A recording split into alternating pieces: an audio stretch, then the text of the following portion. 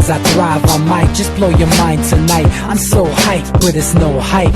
From this height, it's direct hits on sight. I'm your type, lend me your ears to show you that there's something in me. I'm not giving up, I'm standing right here, holding these days hostage, and I'll make this my year. We turning fear into love, and the love's in the air. I love doing this cause nothing compares, nothing can share that same type of feeling when you feeling in flare. They can't catch it, it's havoc. I rip to a tear, switch a scenario. My stereos, I leave them impaired. Variables start to change, and they're all in my range. I just gotta grab it, it's all mathematics. Every step is drastic, I make it fantastic. I'm trying to take your breath away, asthmatic. This is live through the stereo. Go and let it blow, blow through the stereo. I'ma let them know through the stereo. Yo, here we go through the stereo, stereo. This is live through the stereo. Go and let it blow, blow through the stereo. I'ma let them know through the stereo. Yo, here we go through the stereo, stereo.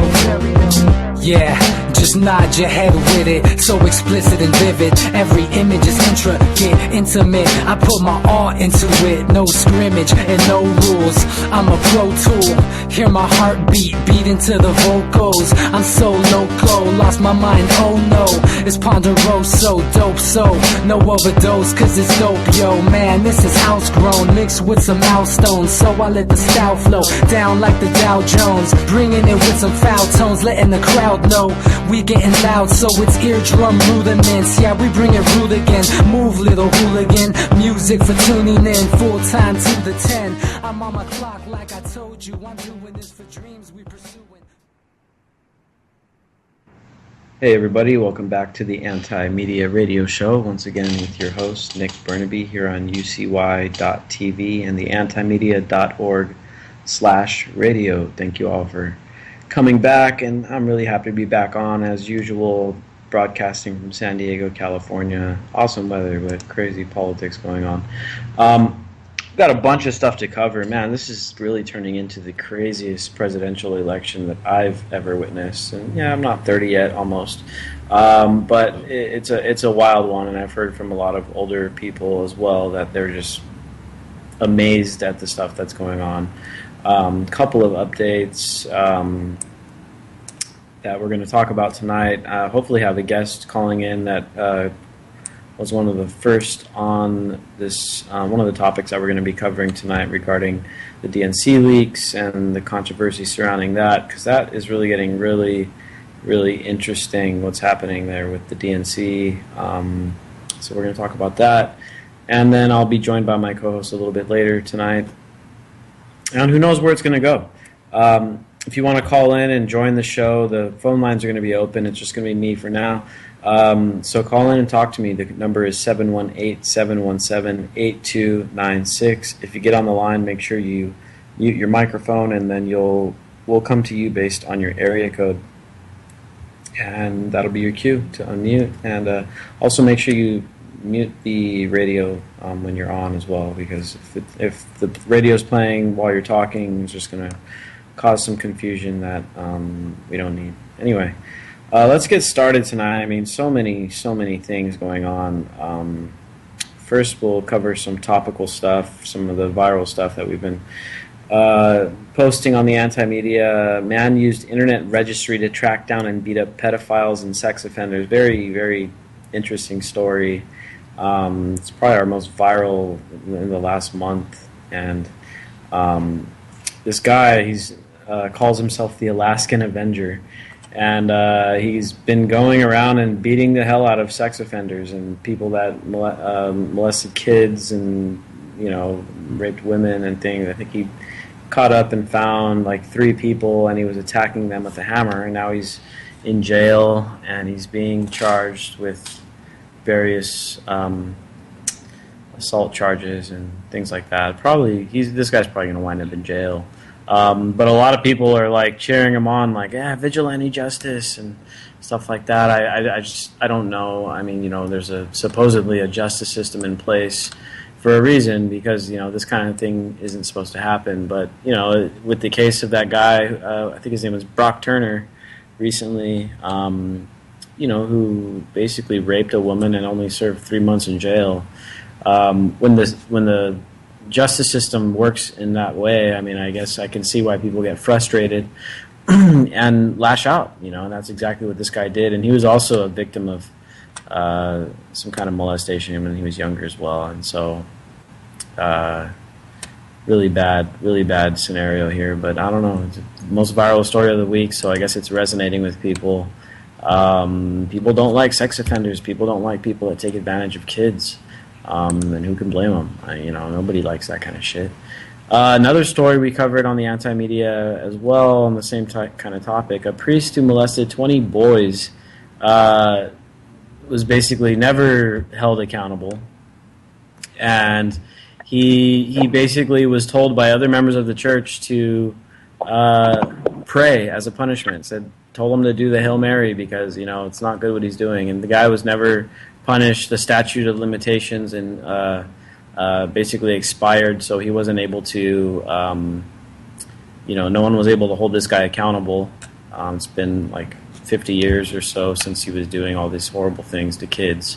And so all the victims that he has are now, fully grown adults. Some of them are like in their 50s and stuff. So, this is pretty bad, but this happened in Guam, which is a U.S. territory and kind of in some ways has to fall under U.S. law. But in Guam, they're trying to challenge the law over there to change it so that these victims can still kind of go after this guy. And, we'll see what happens with that. And, this kind of goes along with all this abuse that has been going on in the Catholic Church where, just time after time, some priest or some member of the church has been taking advantage of children. Very ugly situation, and the church their reputation has been damaged, but there's not been much for, real, accountability there because this seems to be a type of institutional issue that probably goes all the way up to the top. I don't know about the new pope, but I'm guessing the old pope probably knew about some of the stuff that was going on. And, very little accountability. The Catholic Church is so powerful. It's probably, one of the most powerful religious groups in the world. I mean, it's by and large the largest Christian denomination church out there, and it's got a lot of very deep power in Latin America and in third world countries. Even here in the United States, the Catholic Church, it's probably one of the biggest Christian denominations out there. So, we got to stay on top of what's going on. We got a couple callers tonight. Probably knew about some stuff that was going on. Caller from 512. You're going to have to mute. Accountability. The Catholic Church is so powerful. It's probably, one of those. Oh, sorry. See, that's why you have to mute your radio when you get on the line. So caller from 512, if you're still listening, you can call back in, but make sure you either pause your radio, close the window, or mute your microphone, or all of the above, and then we'll get to you in that order. We had another caller on the line, but it looks like he dropped off, so maybe he'll call back in. So yeah, I mean, just some real messed up shit that's going on with these kids, and we got to really keep an eye on what's going on with our children. You can never be too trustworthy, and a lot of times it's someone you'd think would be harmless, a member of the church, person in the family, a friend of the family. These are the type of people that are most often responsible for child abuse and horrible things that go on with kids. So we got to really be aware of our surroundings. And anyway, that being said, we're going to get into some more of this hard-hitting news stuff. First, I want to introduce a couple callers. We have Ryan Butcher on the line. What's up, Ryan? Hey, Nick. How you doing, man? Pretty good. Ryan, welcome back. You haven't been on the show in a while. Ryan's been making a lot of memes for us and stuff, and you've also got a few other projects online of your own, don't you? Yeah. I'm working with a couple other pages recently, so it's been fun. I really enjoy working with you guys. Though you guys are probably my favorite page on the interwebs. So.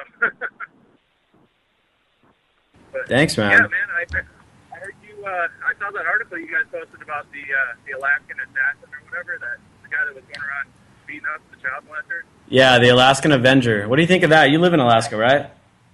Yeah. This guy, I work in Anchorage, and I live north of Anchorage, but it made pretty big news up here, and there's been a lot of people that are trying to push for taking sex offenders off the registry now because they're worried that more people are going to start taking the law into their hands and doing the same kind of thing that this guy was doing. And I don't know, it's just pretty ridiculous. But the very little, I mean, there's police up here and everything like that, but they're not too active on you know, punishment or anything like that. They're more out there just trying to generate the revenue. Yeah, so more and more people are going to do this kind of thing. So that article generated like thousands and thousands of comments, and I was reading through them, and man, almost everybody that I read was like in favor of what this guy did. You know, people are kind of into this vigilante justice stuff right now. I've come to find out. We posted a recent article about this guy in India who, like, there was this guy that raped his daughter, and he caught up to him. He found the guy, and the courts refused to charge the guy because they said there wasn't enough evidence, but apparently this guy knew for sure that it was him that did it to his daughter, and he like chopped off his arms or something. And so we posted that story a while back too, and again it went viral and people are like cheering it on and stuff. And so it raises a very interesting debate, you know, about vigilante justice. And you know, in the movies and everywhere in pop culture and stuff, vigilante justice is kind of glorified, but in the quote-unquote legal system of the United States, people are supposed to be afforded due process, and the justice system is supposed to be blind, and it's supposed to apply the law equally across all spectrums. But, you know, the thing is, and I think this is why vigilante justice is so popular now, is that the justice system, it doesn't apply to everybody. It doesn't apply justice blindly, no matter whether you're rich or poor or this or that. You know, different tiers of people get different treatments from the justice system, and I think that's why people are so kind of hyped up on this vigilante justice stuff right now. What do you think of that?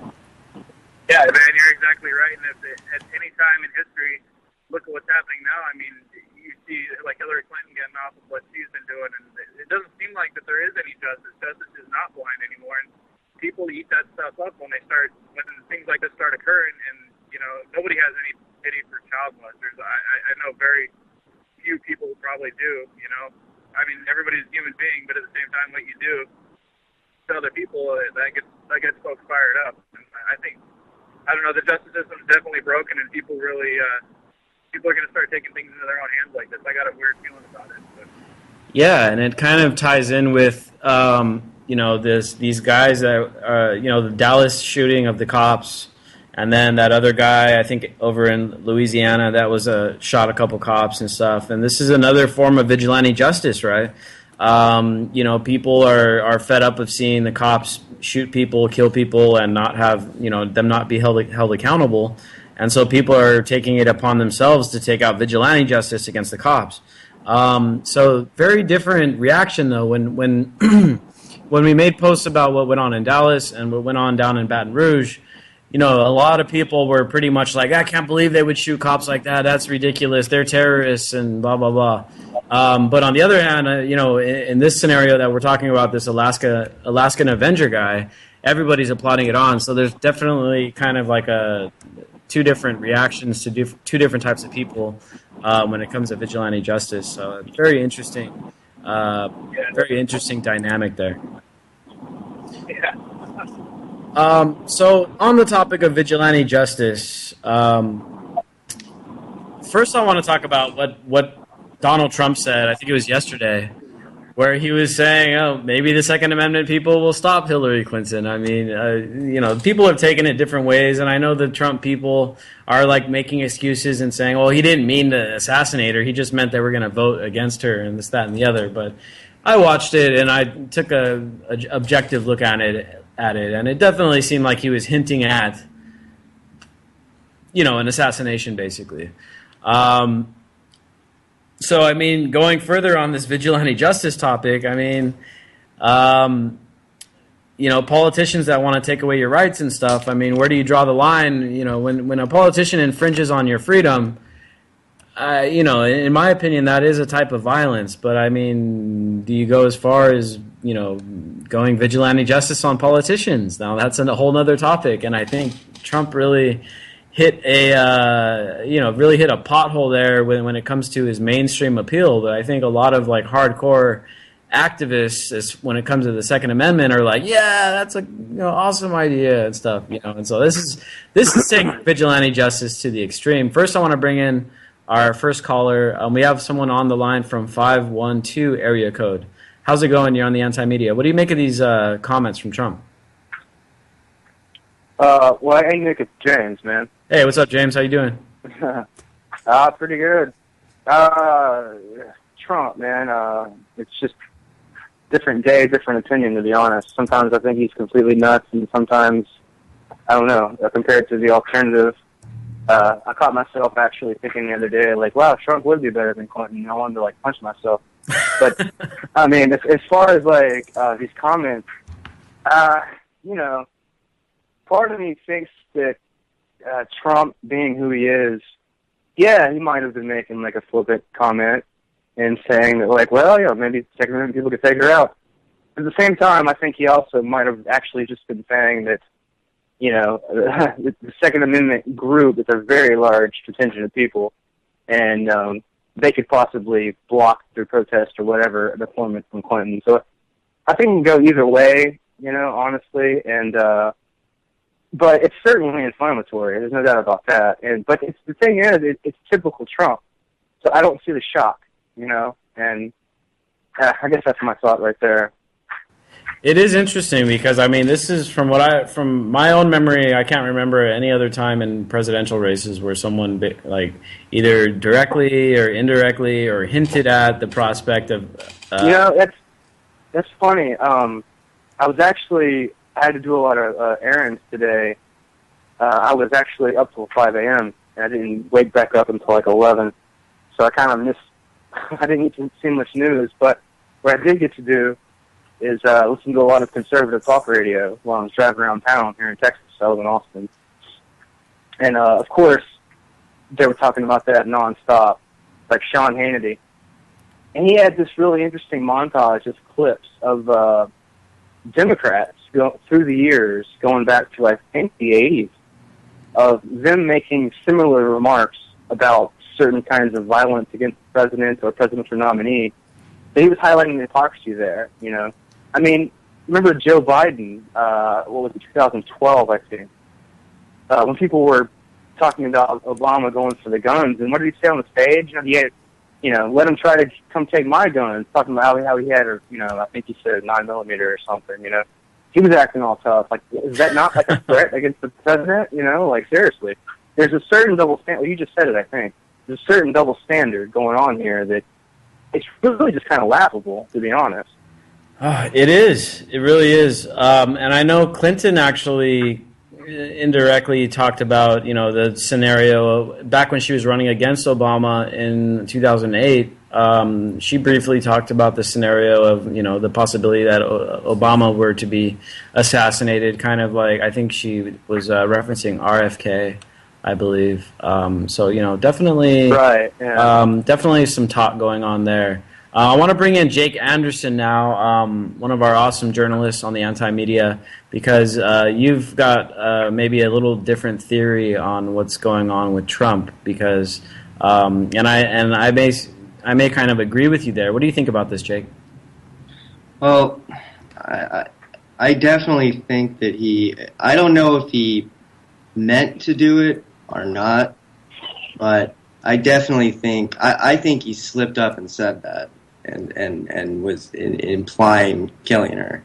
I mean, if you look at the context of the quote, there's no other way to you know, he was talking about she's elected, and you can't stop her after she's elected, you know, unless you use the Second Amendment. I mean, it's really, I think it's really hard to make the argument that he wasn't talking about that. I think he slipped up and said that.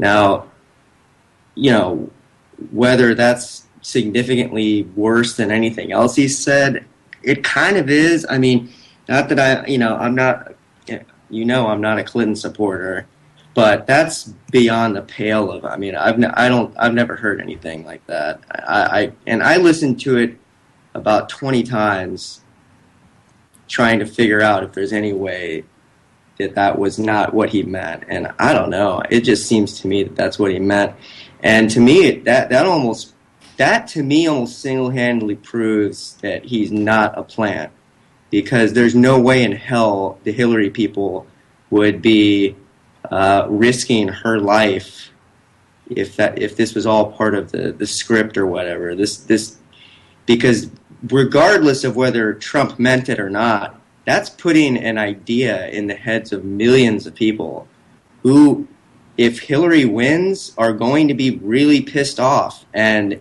if she starts doing some gun control stuff, I mean, they really could start thinking like that, you know? So it's, whether you support her or not, whether you support Trump or not, it was really, I mean, pretty crazy what he said. It's the craziest thing I've ever heard a politician say. So do you, one of the things I've been thinking about, and I know we've talked briefly about this, is that, you know, the possibility that Trump is purposely sabotaging his campaign in order to kind of help Hillary Clinton get elected. I mean, what do you think about that? Yeah, I mean, I think it's possible. I mean, I don't know. I think he has a pretty big ego, unless this was all set up from the beginning. And if that conversation with Bill Clinton before the campaign started, you know, I think maybe it's possible that it started off like that, and then he got arrogant, decided he actually wanted to try and win, or you know. But either way, I can't see them.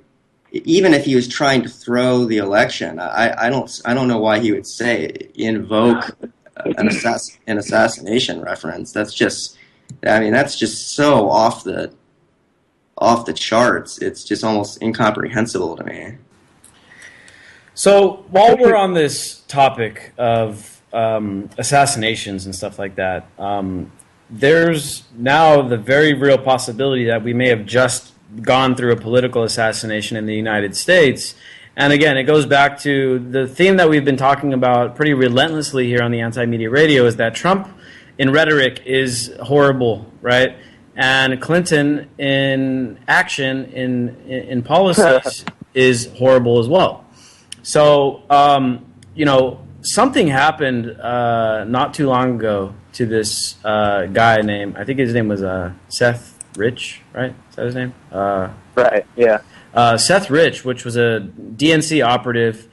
And, you know, I found it very interesting a couple days ago when WikiLeaks kind of put out a bounty on information for this guy, because this guy, I don't know, a week or two ago was gunned down in the streets of Washington, D.C. Wasn't a robbery. None of his stuff was missing. So it was just someone killed the guy.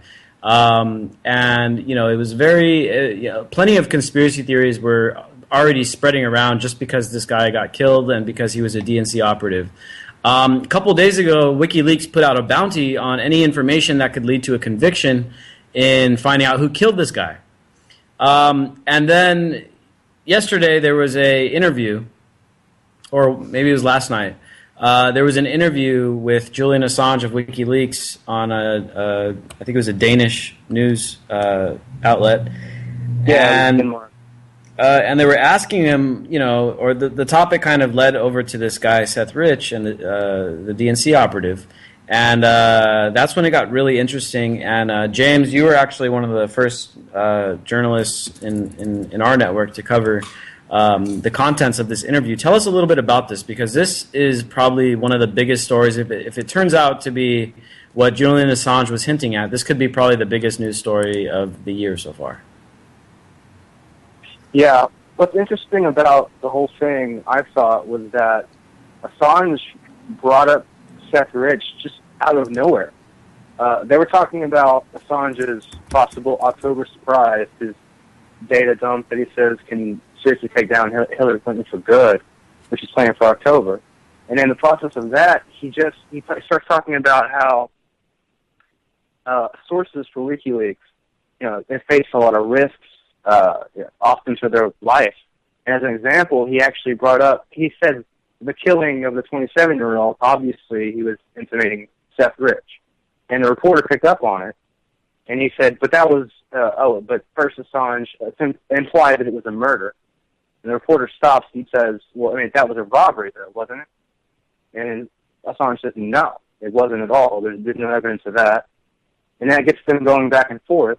And Assange kind of tries to play it off and keep the conversation going, but the reporter stays with it, and he just keeps pressing him. And eventually he just asks them, so was he your source?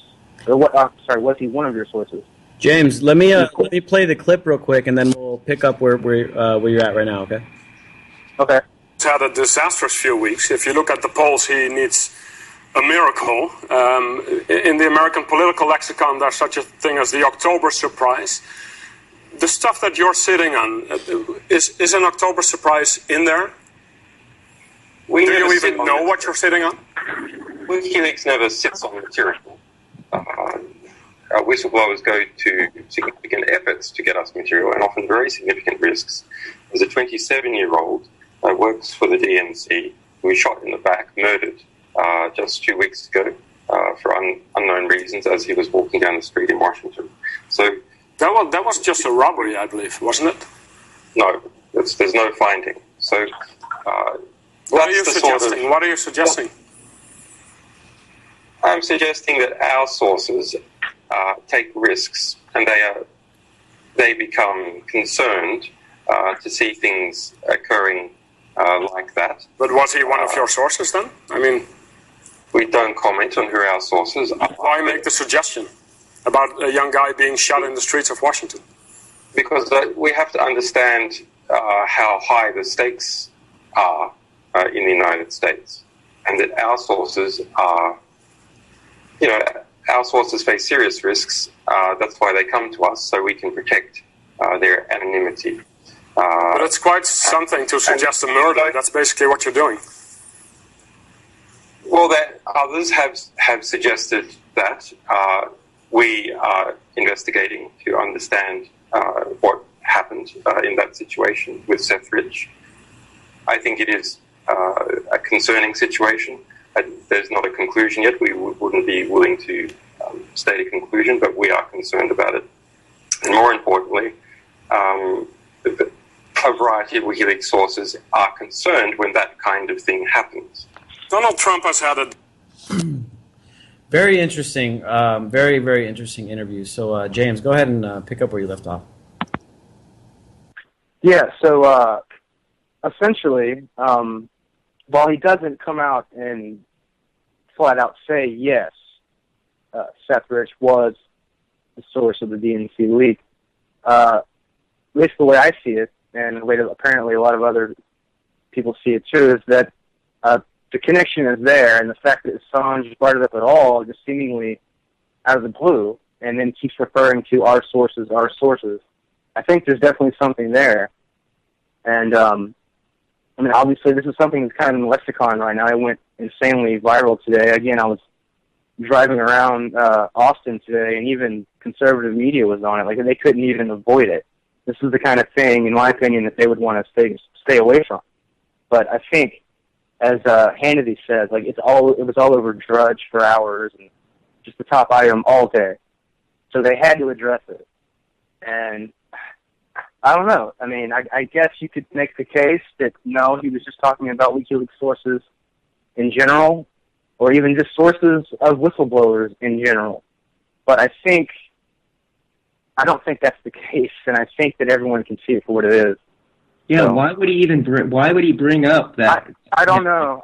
That's the first thing that got me too, because I before I started, I caught it late, 2 in the morning or something, and I watched it about 5 or 6 times, looking for something to actually throw me off and say, no, you're reading into it. And every time I watched it, I just couldn't find it. It was like he's just bringing it up, like he's literally using the murder of Seth Rich as an example of how dangerous his sources, their existence are. Like, he uses Seth Rich to prove that point. He's all but saying, yes, as an example, one of our sources was just murdered. So I don't see how you can read it any other way. Yeah, why else would he be using that as an example of why people should be scared? If it wasn't a random murder, or if it wasn't a random death or murder, why would he be invoking that as a reason why people die every day, like, why would he be There's some other interesting parts to that too. I think the guy was writing for Town Hall. He wrote a write-up on this too, and he said on, I forget what show it was today, I was jumping all around, but he said that the lawyer of Seth Rich's family, and I saw this has been written up too. This isn't new, but the lawyer of Seth Rich's family basically, I mean, the family told the family lawyer, to get the word out that please stop connecting this to the Clintons, please stop making it political, which is really weird to me, because remember, this case is open. There's no suspects officially with the police. So the family doesn't know what happened. The cops don't know what happened, I mean, apparently. So as the family that has a slain child, you would think they would want to know exactly what happened. I mean, wherever that investigation goes. But here they are saying that, stop pointing in that direction. Like, I mean, it almost sounds like they were threatened. Yeah. That's what I was thinking. I wouldn't doubt it. And yeah, watching that interview, I watched it a couple times because I first saw it yesterday, and I couldn't believe the headline that I saw an article with it, and so I looked at the video, and I was just like, wow, this is crazy. And then coincidentally yesterday, Trump makes his assassination remarks, and that kind of consumes the news cycle. Just as this news is kind of breaking out, and so again, it goes back to this idea about that we've been talking about, like I said, relentlessly here on this show, is that Trump says a bunch of bad shit, but Clinton does a bunch of bad shit. And if this thing pans out, and again, I don't see why Julian Assange would even have any reason to bring this up. And then even more suspect is the fact that WikiLeaks put out a bounty on information for this guy's murder, which tells you even more so that there's a very, very good possibility that he was the one that leaked the DNC emails. That this was a political assassination against a guy. I don't know if it was to silence him or to stop more leaks or just retribution. I mean, it's a very real possibility. He was set to testify. Seth Rich was set to testify in the email scandal. He was already conducting. And this hasn't been made clear. I'm not sure about this part. I don't know if he was doing the investigation on his own. I don't know if he was prompted by the FBI. But he was looking into the fraud in the DNC and the voter suppression. So I don't know if that was on his own volition or if he was being prodded by outside forces. But OAN, or whatever that network is, the wannabe Fox, they did a piece on that. Like, he was set to testify for the FBI in the email scandal with Hillary Clinton in just a few days. So, I mean, they took him out a few days before he was set to give testimony. Makes it all the more interesting and more suspect. And again, the reporter that was interviewing Assange kind of was like, "Oh no, that was just a robbery." But there's been no evidence of any robbery. In fact, for what I've read, it wasn't a robbery. It was literally just the guy got killed. So this could be a very, very big story. I don't know what's going to come of it. There's also, I mean, if you roll that into like the bigger context, the Clinton body count, Claire Bernabe, she did a piece for Underground just a few days ago about there's been 4 deaths of Clinton-connected people since the end of June, and one of which was a UN, I forget his official, but he was a president in the United Nations, and he was set to testify too. Against Clinton in a separate corruption scandal. And he was the one, John Ash, he was the one who got the crushed throat, That was that guy. Yeah, he was supposed to testify against the Clinton Foundation, right? I believe that's it, yeah, I think so. Very grimy things going on with Hillary Clinton. Yeah. I used the word shadowy, but yeah. Very dangerous to get in the way of this this machine that Hillary Clinton has, and coincidentally too. And I don't know if this is just random or what, but the last couple times when we've broken some really viral stuff on Hillary Clinton, I think the last super viral thing we posted was about when WikiLeaks was originally starting to let go of a lot of these emails. This was a couple months ago when it first started. And Facebook was like censoring the posts from going out. We broke a story on that about how Facebook was blocking the content. and that went super viral. And then, you know, the next day our website was attacked, and it was, you know, a brute force attack, and someone tried to shut us down, and they briefly did shut us down for an hour or two, but we got it back up because we've got some really good security on our website. But you know, I had something similar happen to me actually. Yeah. Yeah, so, you know, this is a machine that's very dangerous, and they're willing to, you know, use various measures to, you know, silence people or get their job done, whatever it is they're trying to do. And now, in the meantime, you know, Debbie Wasserman Schultz, who had to step down from the DNC because of the email scandal, you know, she's running for re-election, and Hillary Clinton was out stumping for her today. And, you know, this is a woman that was basically had to step down amid corruption, and Clinton is going right up to bat for her. And not only that, but she hired her literally the next day after she stepped down from the DNC amid these corruption allegations. Clinton hired her to her campaign. Well, it pays to go along. It sure as hell does. I mean, you know, the loyalty is definitely there with Clinton and Debbie Wasserman Schultz. And, you know, in the meantime, poor Bernie Sanders, who got screwed out of the nomination thanks to the DNC and, you know, this email scandal. And now the guy that, you know, for all we know, the guy that leaked the emails, he's dead now. You know, Bernie Sanders is out buying beach homes and stuff like that. I mean, this is just, you can't make this stuff up, dude. I mean, this is just the craziest.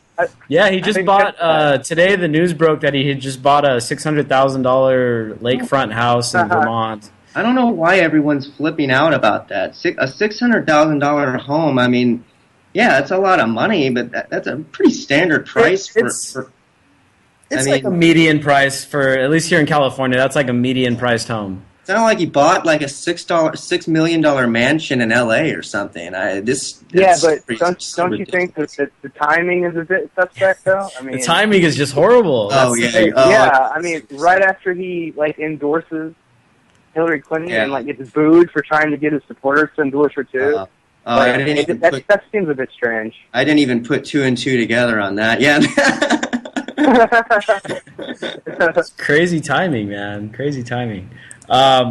James, before we let you go, anything else you want to tell us about this story you covered today? By the way, James is one of our journalists on undergroundreporter.org, which is a sister site of the Anti-Media. We have a little bit of a different vibe going on over there. Make sure you guys go check out that website. James has got a bunch of great work over there on geopolitics and all this stuff going on. Maybe, actually, James, while we have you on the line, tell us a little bit about what's going on with this Cold War 2.0 with China, Russia, the U.S., you know, going on in the South China Sea. It's been making all kinds of headlines lately, but you've been taking a really long look at this. Give us a little rundown on what's going on over there. Okay, yeah. Well, what's going on in South China Sea right now is essentially what's going on in Eastern Europe with NATO and Russia, which makes perfect sense. It seems to be the U.S.'s kind of go-to policy, which is just pressure.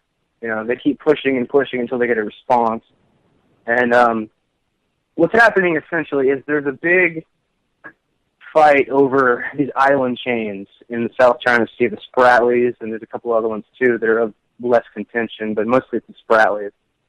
And the thing here is China, they claim historical territorial right to the waters there. They essentially claim about 80 to 85%. They essentially say these are all ours. We can do with them what we want.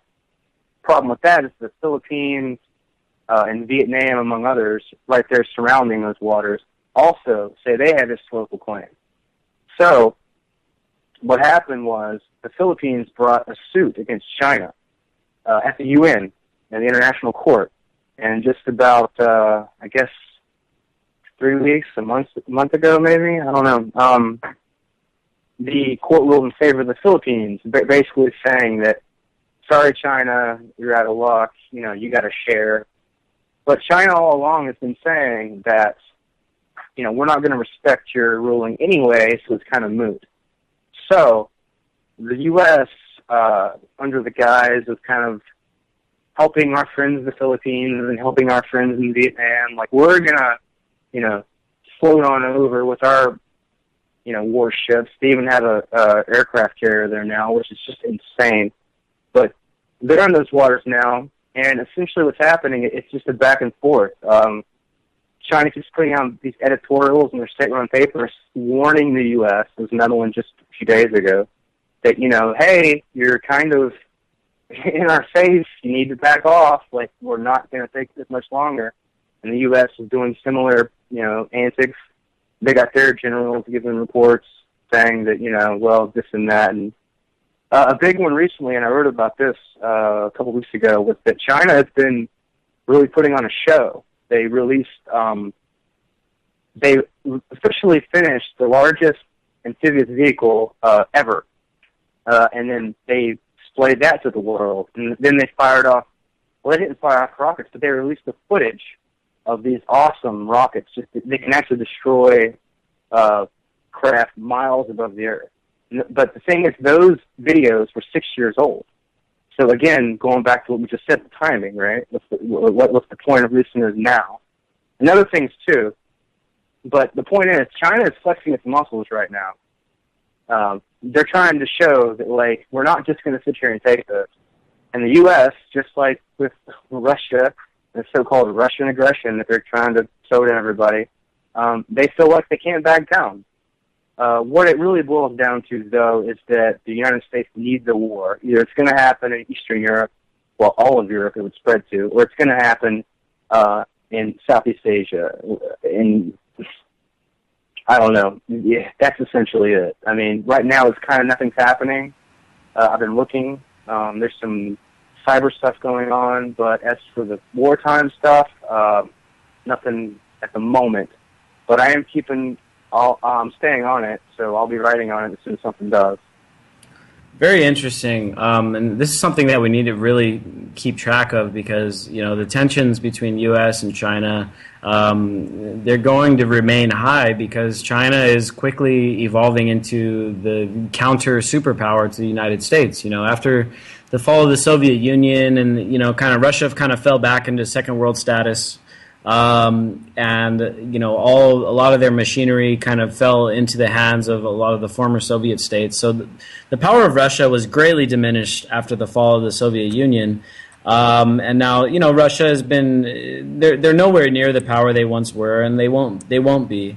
But they still have a lot of weaponry and technology and stuff like that they could lend out. But there is one area though where that is of concern. That's economically because of the BRICS nations, which China and Russia are both part of. And the BRICS cooperative, that's a counter to the central banking Western system. And as, excuse me, and, there's so much talk about the collapse of the, economy here in the States and the West in general. What you're seeing right now is a rise of Eurasian, meaning Russia and China, economic strength. They're making deals all over the planet. So it's not just military, there's another aspect to consider. Zero hedge is all over this too. Also, there's an economic aspect to this that really needs to be paid attention to. So, yeah, that's a great point, and this kind of leads us into the TPP because the TPP it's billed as many different things. Obama says it's a job creator. The Republicans say it's good for trade. But looking at the TPP from a larger geopolitical angle, you can see how the TPP kind of fits right in with our, Obama's quote unquote pivot, his Asian pivot, which is where they're moving all of their military, thinking and all that stuff, the strategy over to Asia, with the intention of containing, the Chinese threat. The TPP is actually the economic end of this kind of geopolitical stuff, and there's a reason why China is not a party of the TPP, and all these little countries surrounding China are. I mean, Malaysia, Thailand,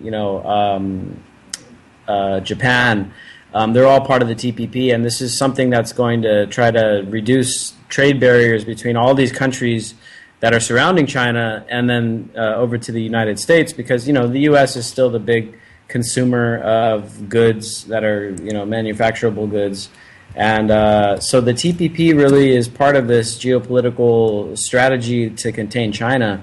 And that's something else to keep an eye on. This is the reason why the TPP has gotten, from the establishment, it's gotten bipartisan support. I mean, Obama has been the main cheerleader for the TPP, but the biggest supporters that he's found are the Republicans in Congress. And so this is kind of something that you don't see very often, but when you do see it, it's for something very important. And so the TPP is going to be something that is part of the strategy on combating China's influence. And so that's why these politicians are so adamant about putting it through. And, the biggest critique on the TPP is that it'll have like the NAFTA effect, where it'll take more and more manufacturing out of the United States. And so there's a lot of people that are, worried about the TPP because they don't want to see NAFTA 2.0 and all that stuff. Bernie Sanders, Donald Trump, both of them have gained a lot of supporters because of their critique of the TPP and NAFTA and these other trade deals. But, looking at it from a larger picture, these people that are really in control of the United States government and, the world governments in the West, they really, really want this TPP because it's their leverage against China. And so that's another thing to think about when we talk about the TPP, is that it's much broader than what people are saying. It's really a geostrategic trade pact, and it's really to contain Russia. It's basically an economic Great Wall around them, and so that's something to keep an eye on. Yeah. And so, Jake, were you about to say something? No. Oh, no.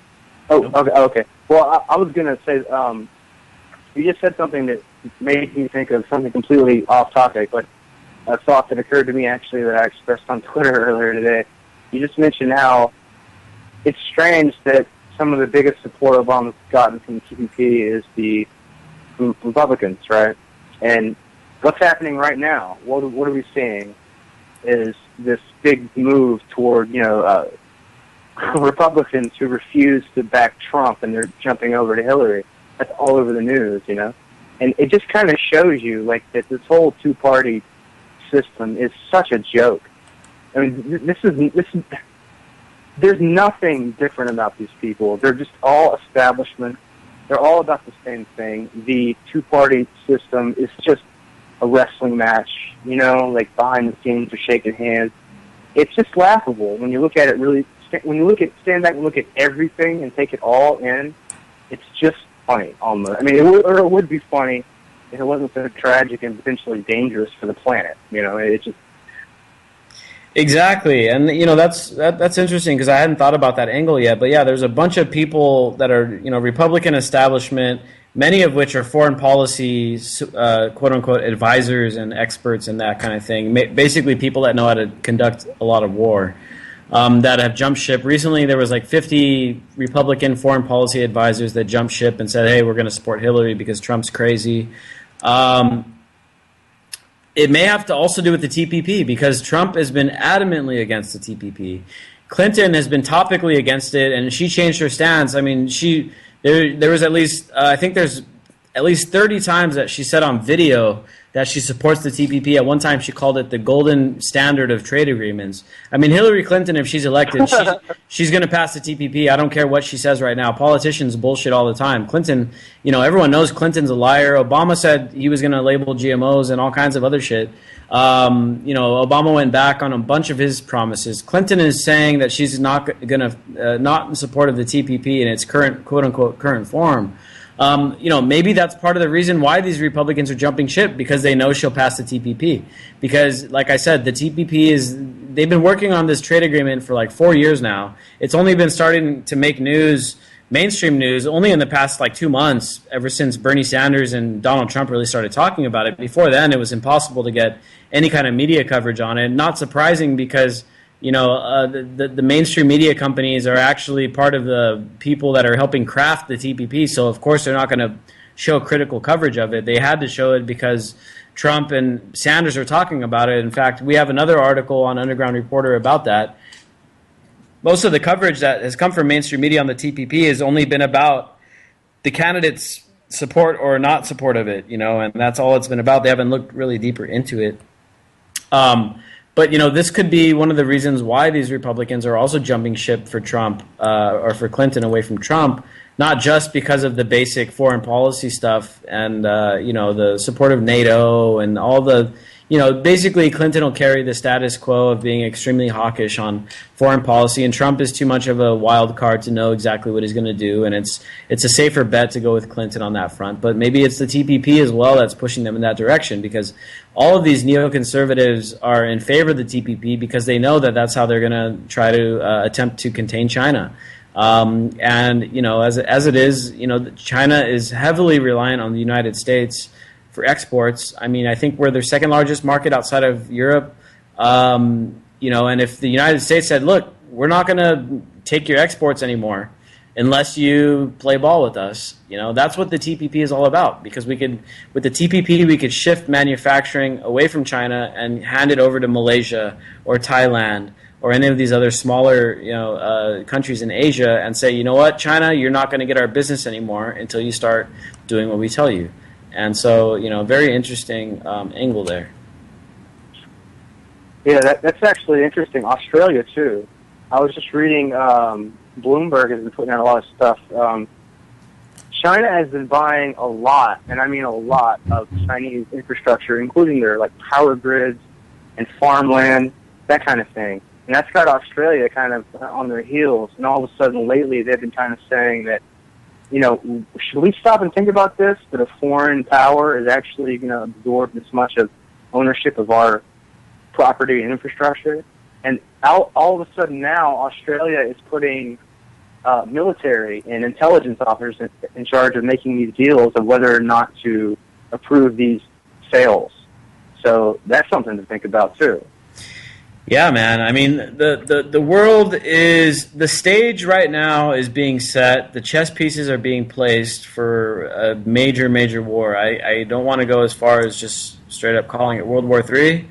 But I mean, what do you call these wars? I mean, I don't think they called World War II World War II when it was first happening. You don't call them that until later on. The pieces are being placed right now for a major war.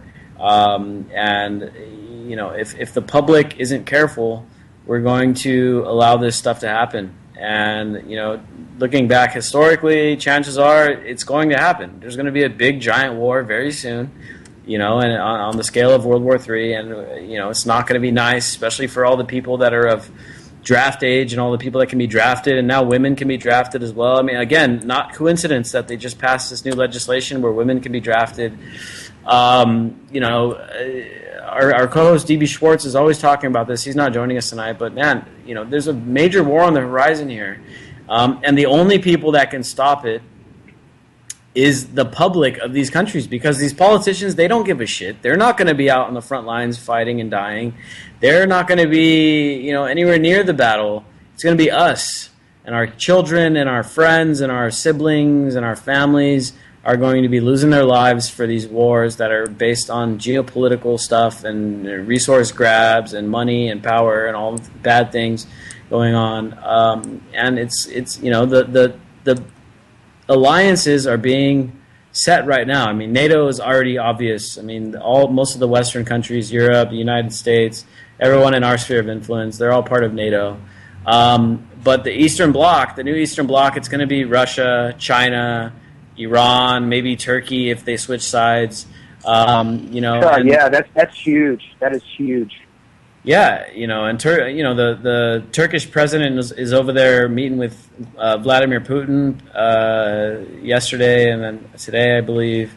And as we know, Turkey, very, very strategic country. I mean, just their location, the amount of people, the resources. And, as we know, after the supposed coup attempt, Erdogan, who's the president of Turkey, has now cracked down on all dissent, and he's basically forming his country into a dictatorship pretty much. And as of now, he's still got the support of NATO, and as we know, as long as the dictatorships are our allies, it's okay. But if there's a dictatorship that's not our ally, well, then that's not a good thing. So as long as Turkey remains under the sphere of influence of NATO, then it's going to be fine. They're going to look the other way as this guy turns his place into a dictatorship. But the moment he breaks the alliance, this is going to be bad news for Turkey. Yeah, and how interesting is that, too, by the way, that you're right, Turkey is still under the protection of NATO at the same time that NATO is in Eastern Europe on the border with Russia, essentially ready to strike. So what's going to happen if Turkey and Russia, it looks like they are, cozy up? How is NATO going to work that? Well, there's a bit of a conflict of interest there, no? It really is, man. Very complicated things that are going on right now, and that's why it's so dangerous. The geopolitical stuff, and it's not getting enough attention. The political, the elections this year are not talking enough about the geopolitical stuff. The only time they started talking about it was when they tried to blame Trump as being some kind of agent for the Russians. And then again, they're blaming the DNC leaks on the Russians and stuff. So now they're finally starting to talk about it, but it's just going back to the old Cold War kind of Red Scare stuff. They're not taking a good look at what's going on here, and I think that, I think these countries, Russia and China, they don't want to fight the United States. Nobody in their right mind wants to fight the United States. They want peace, but they want a fair peace, and they want to have an equal share in the resources and to be able to be prosperous and stuff. But the people that run this country are so insane that we want to deprive other countries of a fair share in the resources and stuff like that. And that's exactly what's going on in the South China Sea. The one thing that is recently developing in the Spratly Islands, which is this contested area, is that they just recently discovered like a huge supply of gas underneath these islands, right? And so all of a sudden, everybody's like, "Oh, now I actually care about these islands. Now I want to protect them, and I want them to be mine." And so that's all it's about. Everyone do you think anyone really wants these tiny uninhabited islands just because? No, I mean, they want these things because there's a bunch of oil and gas underneath these islands, so everybody's trying to stake claim to the resources. And, as far as we can tell right now, the U.S. is trying to deny China the access to those resources, and the U.S. is trying to get the access to those resources to its allies, which would be the Philippines, which is pretty much a puppet government of the United States. It's all about these resources. It's all about money, and the money and the resources equals power. And that's all these guys are doing over there, is fighting over this stuff. And I hope that it doesn't turn into a giant war because of it. That would be a huge tragedy. Resources is the name of the game in Empire. Like, it always has been and always will be. Everything is about resources. That's all it's about, man. Jake, anything you want to talk about? We got a few more minutes left. What's up, man? Oh man, I was gonna ask you to clarify. Were you suggesting earlier that Trump's assassination remark was to cover Julian Assange's slip up? Oh shit, man. You know what? I think it could cut either way. Who knows, dude? I mean, honestly, the more and more I see Trump, it's like every time Clinton gets caught up in some kind of scandal, it's like Trump makes some stupid remark, and it's like it eats up all the news cycle, And so, if these conspiracy theories about Trump just trying to help Hillary Clinton win are true, then yeah, dude, I think that he said that to try to divert the attention of the news away from this DNC, possible DNC assassination. It's a pretty insane thing. I mean, it's probably one of the most provocative things said in recent political history by someone running for president. It's kind of ironic that would come, right after this equally shocking statement by Julian Assange. Yeah, and the other thing is that Trump already won the Republican primary. I mean, I get it. If it was still the Republican primary going on, that might be something to help you win. But we're in the general election here. He's supposed to be calming down, appealing to the broader base. I mean, Trump. It seems from everything I've seen, Trump is trying to lose this thing. I don't know. Thank you all for tuning in. Anti-Media Radio, out.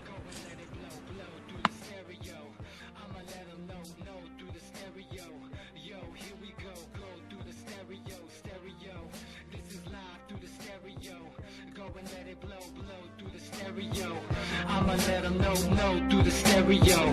Yo, here we go through the stereo.